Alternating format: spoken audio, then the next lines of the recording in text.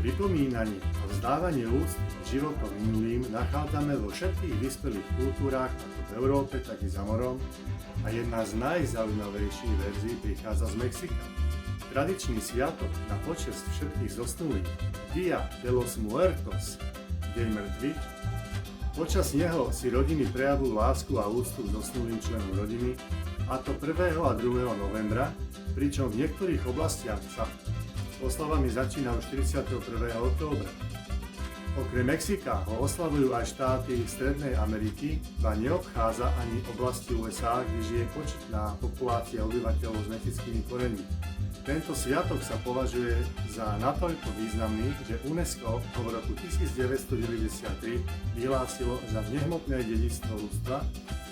A čím je taký výnimočný?